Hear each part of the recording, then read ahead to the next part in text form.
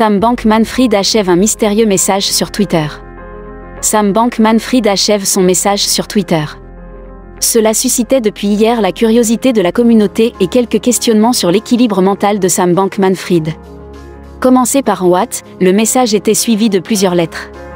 Apparemment lassé du jeu, l'ex-PDG de FTX l'a achevé d'un coup, les lettres épellent la phrase « What happened ?» Que s'est-il passé, ce qu'il s'est passé. Tout cela s'achève par un disclaimer légal. Citation, « Ceci n'est pas un conseil légal ou financier.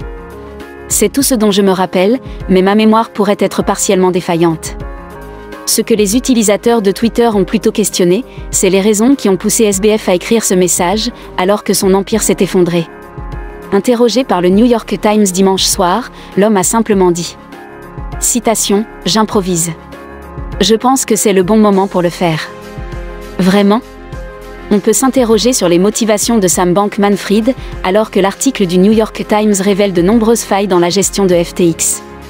L'ex-PDG admet ainsi les liens troubles entre Alameda Research et FTX, l'exchange ayant prêté des milliards de dollars de fonds clients à l'entreprise d'investissement. Des tweets supprimés par Sam Bankman-Fried. Certains suggèrent que les frasques de SBF servent à détourner l'attention de plusieurs tweets supprimés depuis que l'affaire FTX a éclaté. The TIE Terminal a compilé une liste de ces derniers, qui sont désormais consultables dans une archive. Étant donné ce que l'on sait désormais, les tweets montrent que Sam Bankman-Fried a menti à plusieurs reprises à sa communauté. Le 11 novembre, au début de la crise, il affirmait ainsi. Citation, « FTX va bien, les actifs vont bien. FTX dispose d'assez pour couvrir tous les fonds des clients. Nous n'investissons pas les actifs des clients.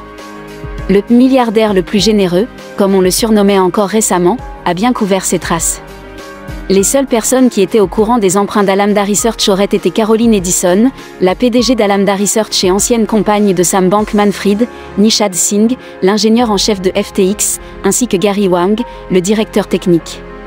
Cette affaire révèle donc de plus en plus de failles entre l'image de Sam Bankman-Fried et ses agissements réels.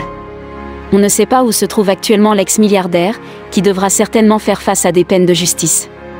L'affaire FTX est donc loin d'être achevée.